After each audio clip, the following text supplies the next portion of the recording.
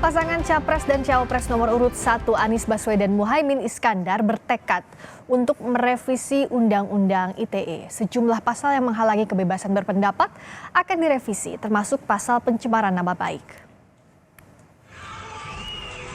Calon Presiden nomor urut 1 Anies Baswedan kembali menjanjikan revisi Undang-Undang Informasi dan Transaksi Elektronik atau Undang-Undang ITE. Anies menyatakan tidak akan menghapus UU ITE, namun akan merevisi undang-undang itu karena mengandung aturan-aturan yang menghalangi kebebasan berpendapat. Saya sampaikan berkali-kali bahwa kebebasan berpendapat, kebebasan berekspresi yang bisa menghalangi kebebasan berekspresi harus direvisi. Hal senada juga disampaikan pasangannya Muhaimin Iskandar. Caimin menyatakan UU ITE akan dievaluasi karena menyulitkan rakyat berekspresi secara bebas. Pikir undang-undang ITE kita evaluasi karena itu hanya akan menyulitkan rakyat dan masyarakat berekspresi dengan bebas. Partai Nasdem menilai UU ITE telah banyak memakan korban. Nasdem bersama Capres Anies Baswedan bertekad untuk merevisi sejumlah pasal UU ITE termasuk pasal-pasal pencemaran nama baik. Salah satu tekad kita bersama Pak Anies itu untuk merevisi Undang-Undang ITE yang telah banyak memakan korban, khususnya pasal-pasal karet, pasal 27 ayat 3 tentang transmisi data elektronik dan pasal 28 tentang pencemaran nama baik. Pasal itu betul-betul multitafsir, bisa dikatakan hampir sesuai dengan keinginan orang-orang tertentu. Oleh karenanya ada bagian lain, tapi yang utamanya itu kita akan revisi supaya cukuplah sudah korban-korban Undang-Undang ITE. Bukan kali ini saja pasangan Anies dan Muhaimin menyoroti soal UU ITE dan kebebasan berpendapat di Indonesia. Sebelumnya, Anies Baswedan sempat mengangkat isu ini dengan istilah negara Wakanda dan Konoha. Tim Liputan, Kompas TV.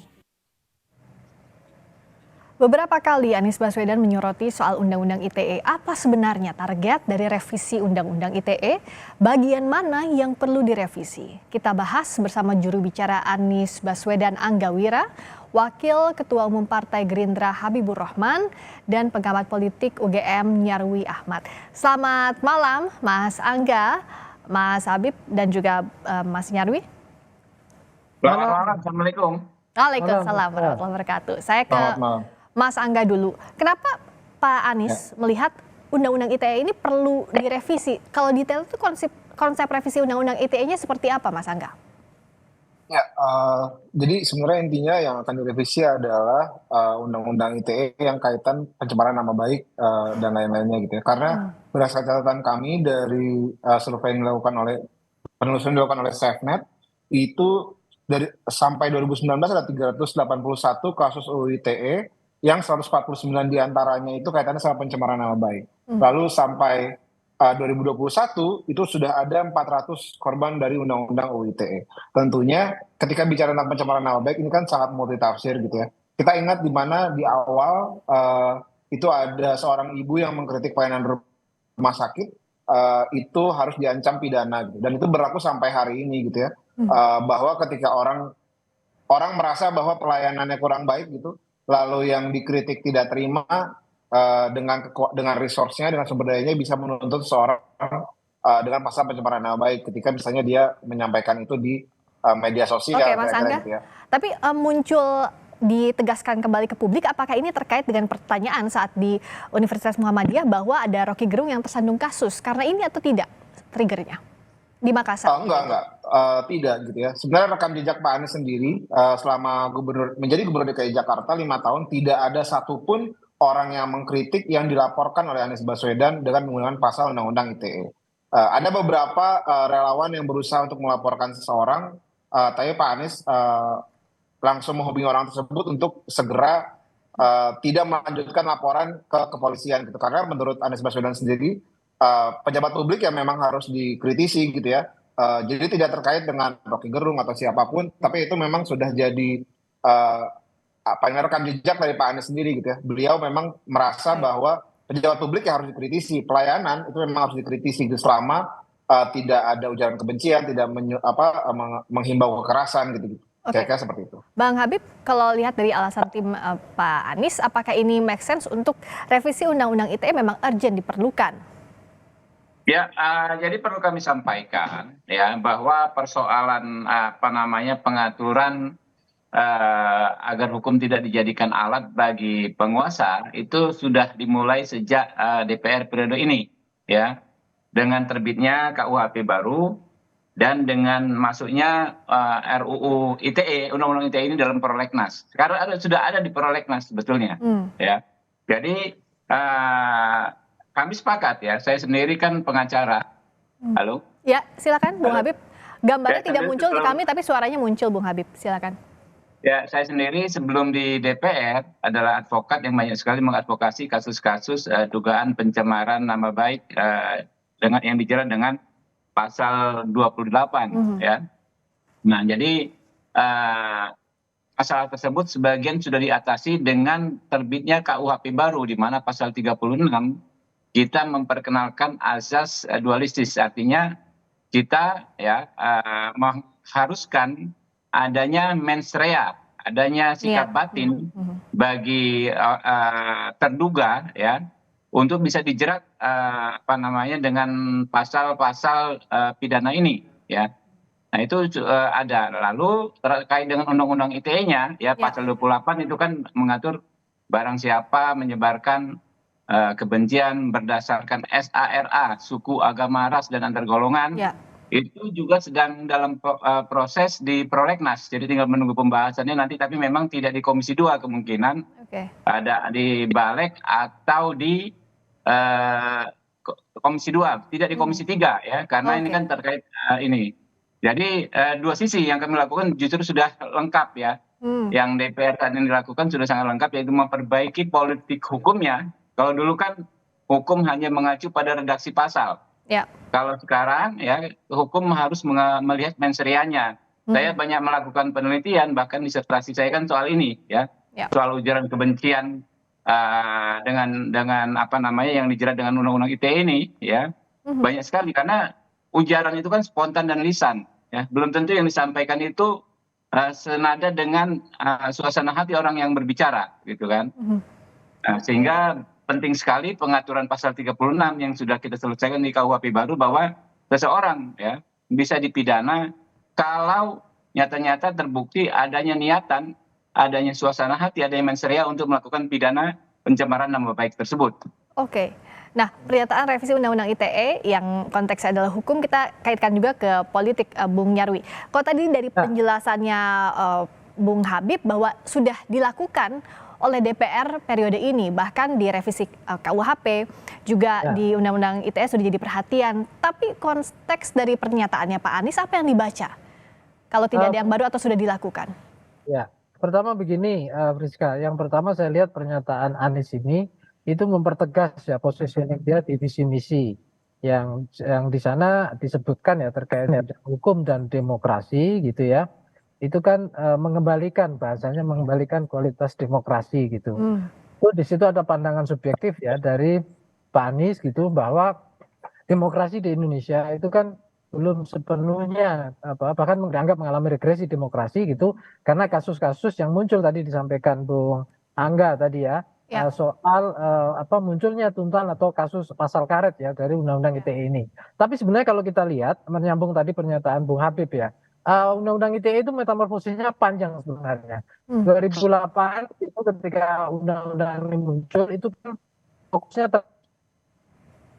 di konten pasal di mengingat itu belum ada penjelasan atau belum ada cantuman misalnya pasal 28. Nah, kalau di revisinya Undang-Undang nomor 19 2016 itu sudah ada pasal 28D, pasal 28E, 28E ayat 2, 3 dan seterusnya gitu ya. F juga artinya itu mulai diperluas soal bicara kebebasan berpendapat dan lain-lain. Karena dari kurun waktu 2008 sampai 16 itu memang muncul banyak pengguna Undang-Undang ITE untuk menjerat kasus-kasus. Tapi perlu dilihat gini ya, sebenarnya yang paling substansial ya Friska itu ada dua.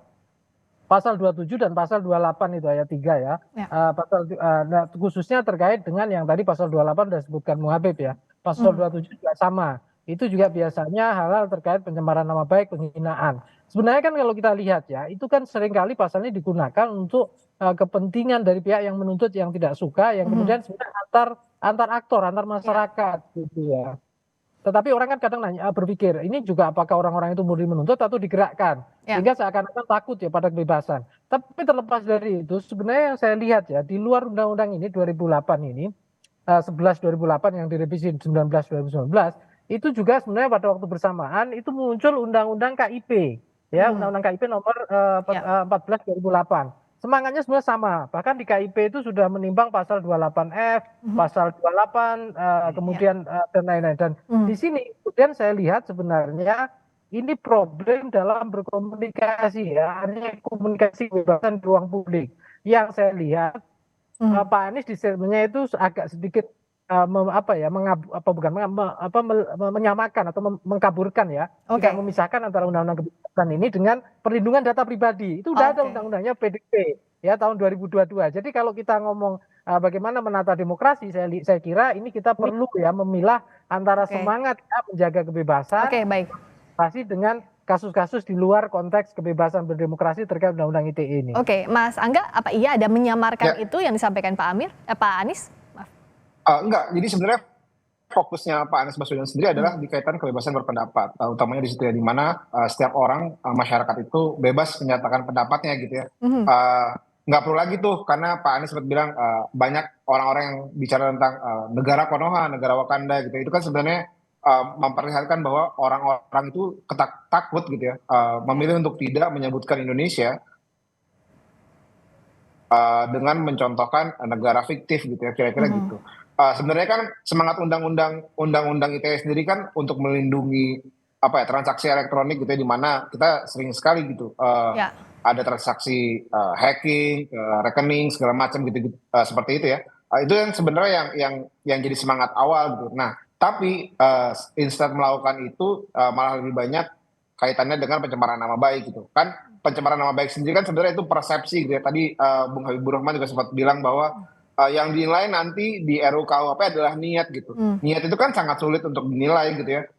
Sekarang bilangnya dia tidak punya niat jelek, nanti bilangnya dia punya gitu. Jadi lebih baik ketika ada ruang-ruangnya, ruang-ruang interpretasi atas kebebasan berpendapat itu baiknya segera ditutup gitu. Nah, itu yang jadi semangat dari Pak Anies Baswedan sendiri bahwa harusnya rakyat Indonesia itu bebas ngomong apa saja selama bukan ujaran kekerasan dan lain-lain gitu kira-kira. Oke, Bung Habib, kalau tadi kata Mas Angga celah-celah inilah yang harus ditutup. Nah, sekarang sudah terakomodasi belum dengan revisi yang tadi Bung Habib sampaikan sebelumnya? Ya, kami sepakat dengan semangat yang disampaikan oleh Pak Anies ya dan timnya, tapi memang sebagian besar sudah kita lakukan. Jadi Pak Anies juga tidak menyoroti dalam statementnya tentang Undang-Undang 1 tahun 46 yang disebut penyebaran berita bohong. Ini kan yang menjerat Habib Rizik, ya, kemudian Ahmad Dhani dan lain-lain sebagainya. Di KUHP yang baru kita atur di pasal 263, ya.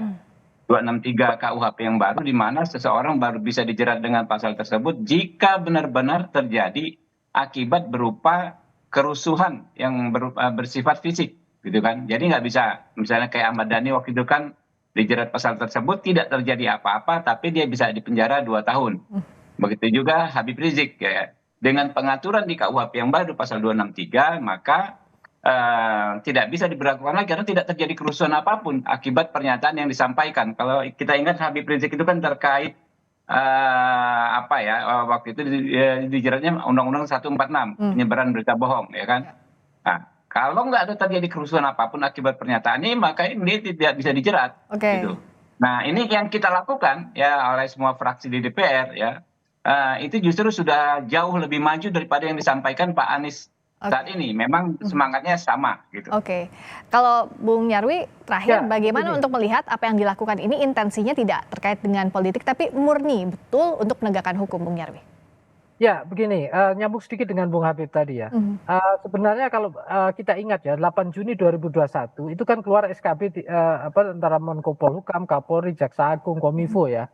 Itu diperjelas juga ya mana yang bisa dituntut ya terkait SARA itu misalnya, mana yang enggak gitu ya. Sebenarnya juga kalau kita lihat transformasi ini ya, Friska, itu udah lama ya, dari sejak undang-undang ini muncul sampai kemudian tahun 2021 SKB dari Menko Polhukam dengan 3 lembaga itu. Ya, tetapi begini, kaitannya dengan tadi Bung Anies ya, Pak Anies ya. Sebenarnya semangatnya juga saya kira lebih kepada konteks demokrasi dan dipertegas cantolannya itu pada visi dia di Capres ya, yaitu mengembalikan kualitas demokrasi, bahasanya begitu. Nah, ini yang saya kira ini kan bagian dari materi kampanye ya, yang mengatakan bahwa kira-kira ada semacam janji lah yang mau dipertegas. Salah satu bentuk konkretnya adalah revisi Undang-Undang ITE atau bahkan apapun namanya. Tapi juga itu proses itu kan berlangsung di DPR ya. Tadi Pak Habib cerita soal itu. Nah, soal ini tentu saja saya kira nanti pertanyaannya bagaimana kalau seandainya kan gitu. Itu langkahnya kayak apa? Apakah melalui misalnya penuntasan di KUHP itu atau mungkin ada undang-undang baru bentuknya misalnya semangat dari pasal-pasal diamanahkan pasal 28 ya. Terkait kebebasan dan lain-lain, apakah itu diintegrasikan ya, perlindungan data pribadi ya, kebebasan informasi publik diintegrasikan juga misalnya dengan transaksi elektronik, formatnya adalah perlindungan pada kebebasan berpendapat yang kemudian tidak melanggar ya, kemudian asasi orang lain juga, yang itu ada di pasal 28 juga kalau kita telusuri ya di sana gitu. Semangatnya kita lihat sama, tapi nanti bagaimana praktiknya ke depan kita sama-sama awasi, publik mengawasi. Apa intensi dari wacana ini dan apa yang sudah dilakukan itu? Ini sudah sangat konkret, Mbak. Oke, baik. Dan tadi disebutkan Bung Habib, kita pantau bagaimana kelanjutan dari revisi Undang-Undang ITE, terutama pasal-pasal karet di dalamnya. Terima kasih Bung Angga Putra Fidrian, juru bicara Anies Baswedan. Terima kasih Bung Habibur Rahman, Wakil Ketua Umum Partai Gerindra dan pengamat politik UGM Nyarwi Ahmad. Terima kasih, selamat malam.